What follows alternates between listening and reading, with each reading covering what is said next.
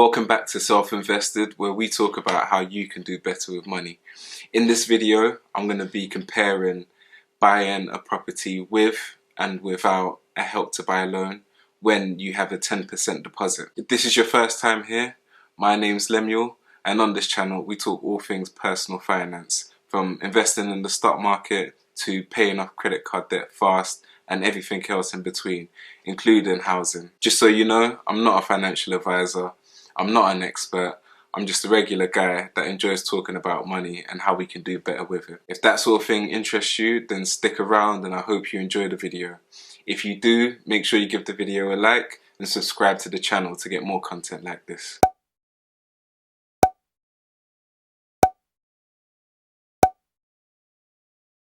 I'm not going to be explaining in this video what the Help to Buy equity loan is or how it works.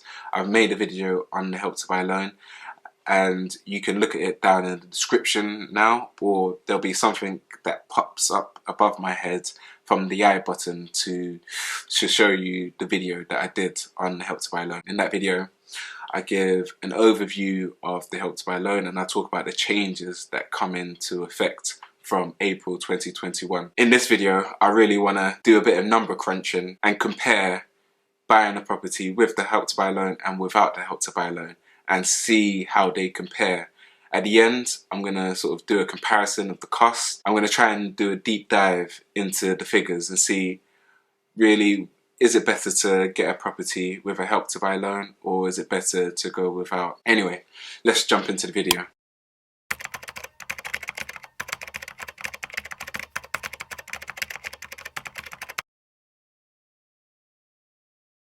The first assumption that I've made is that we're going to be taking out a 5-year fixed rate mortgage every time we take out a mortgage. We're going to renew our mortgages every 5 years. The second assumption that I'm going to make is that the Help to Buy loan borrower in the example is going to have access to the same mortgage interest rates as the person that's getting a mortgage without the Help to Buy loan. In reality, not all lenders lend to borrowers who are using a Help to Buy equity loan. The mortgage rates that you get when you take out a Help to Buy loan are going to be slightly higher than if you were taking out a mortgage without a Help to Buy loan. The third assumption that I'm going to make is that the consumer price index, including housing costs, and the retail price index, which are both inflation indices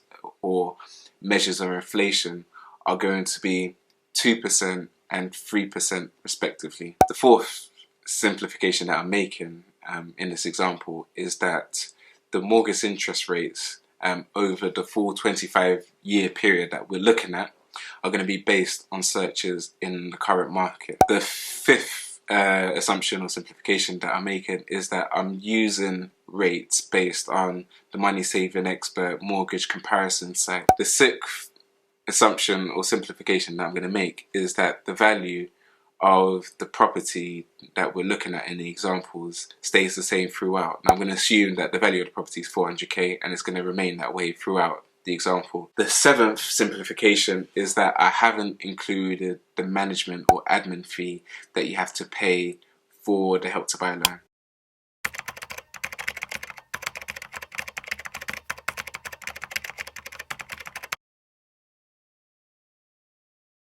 Let's get into the example. So in this example, I'm going to assume that we've got two friends. One's called David, one's called Lisa.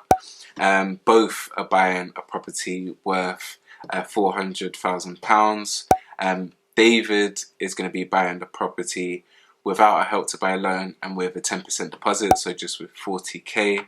Lisa is also going to have 40k, but as well as that 40k, she's going to be taking out a Help to Buy loan of 20%, so that's £80,000.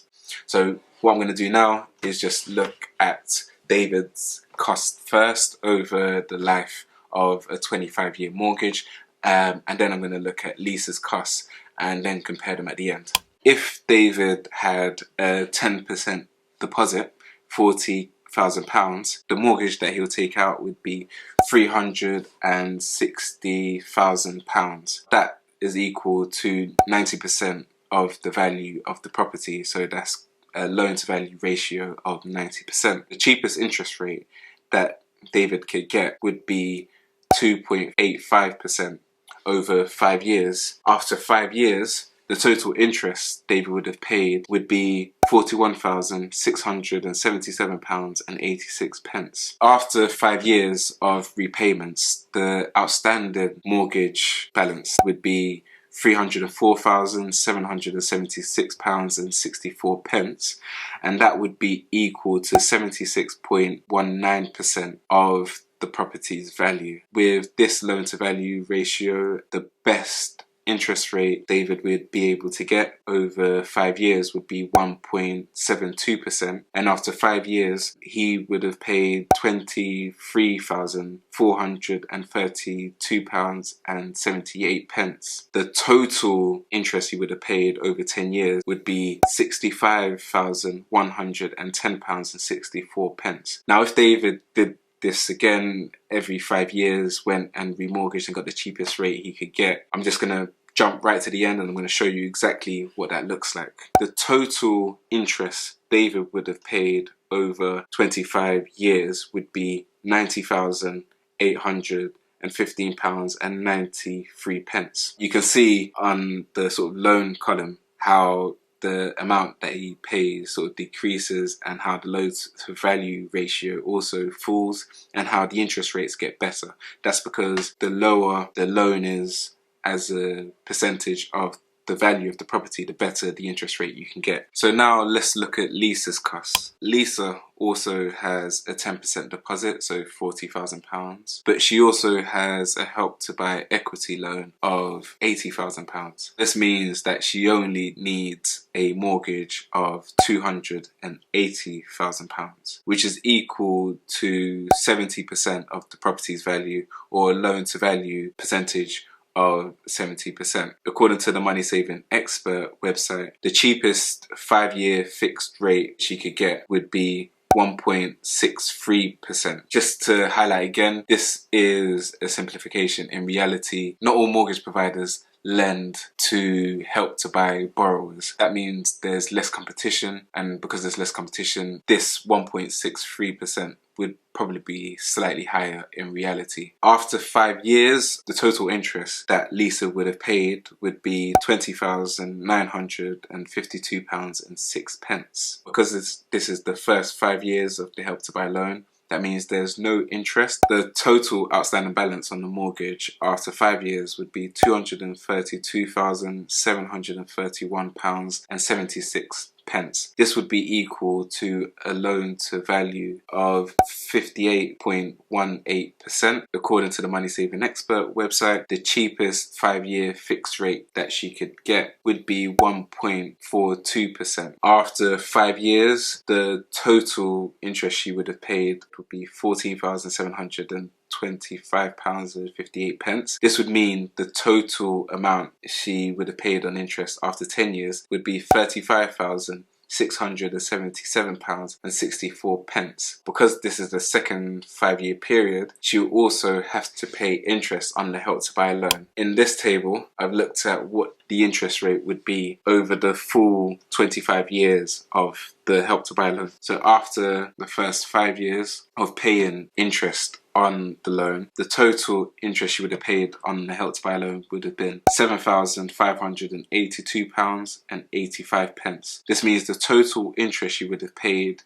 on her mortgage and a Help to Buy loan would be equal to £43,260.49. Now this is after 10 years, this is the total amount she would have paid. If we repeated this process every 5 years, this is what the total cost would look like. The total amount of interest she would have paid on her mortgage would be £54,534.76, and the total interest she would have paid on the Help to Buy loan would have been £41,689.31. Now in total, this means the total interest she would have paid on the Help to Buy loan and the mortgage would be £96,224.07 after 25 years. Let's compare these costs side by side.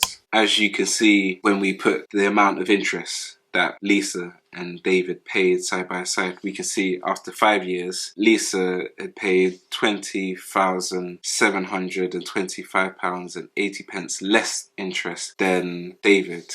And then after 10 years, David had paid £21,850.15 more than Lisa. The reason this increased, even though Lisa started paying interest, is because the mortgage interest rate that Lisa was getting was low, and also at the start of the interest payments on the Help to Buy loan, the interest rates were quite low. It starts off at 1.75% and then slowly increases. But then you can see after 15 years, the amount of interest that's paid between the two starts to decrease. David, after 15 years, has only paid £16,715.80 more than Lisa. And then after 20 years, it falls even more, and he's only paid £7,537.84 more than Lisa. After 25 years, Lisa's actually paid £5,408.14 more interest than David. Not only that, David is going to have owned his property outright by this point, and he's going to have no more repayments to make. But Lisa, although she's paid off her mortgage, she's still going to have the Help to Buy loan outstanding, which based on our example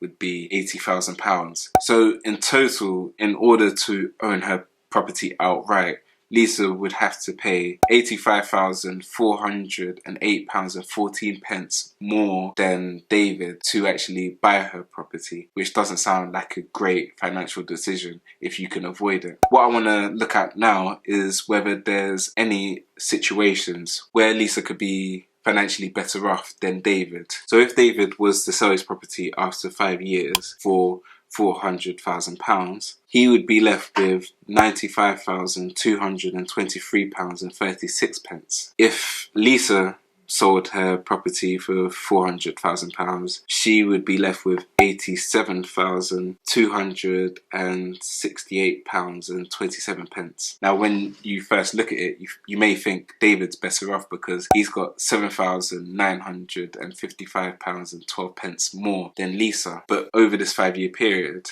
David has actually spent £20,725.80 more in interest than Lisa. Now, if you take that into account, Lisa is actually £13,895.03 better off than David. But this advantage actually reduces if the value of the property increased over those 5 years. So if the value of the property actually increased by 5%, the property when they both sold it would be worth £420,000. And in this situation, if David sold the property, he would be left with £115,223.36. Lisa would be left with £103,268.24. This would mean that David would have £11,955.12 more than Lisa from selling the property. But then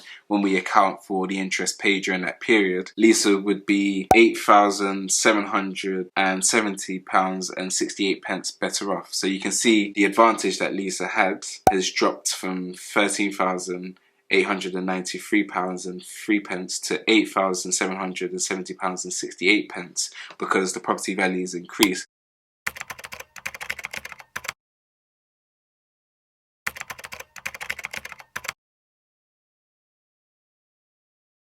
So what thoughts do I have about the outcome of this example? A lot of people talk about how the interest rate on the Help to Buy loan increases very quickly. But from my example, you can see that the interest rate doesn't really rise that quickly. Up until year 19, it's actually under 3%. I don't know if you've ever taken out a loan, but having an interest rate below 3% for a loan is really good. I've got an excellent credit rating, and a few years ago I took out a loan. I think it was around £10,000, and the interest rate I got on that was 2.9%, and that was very good at the time. That was really good.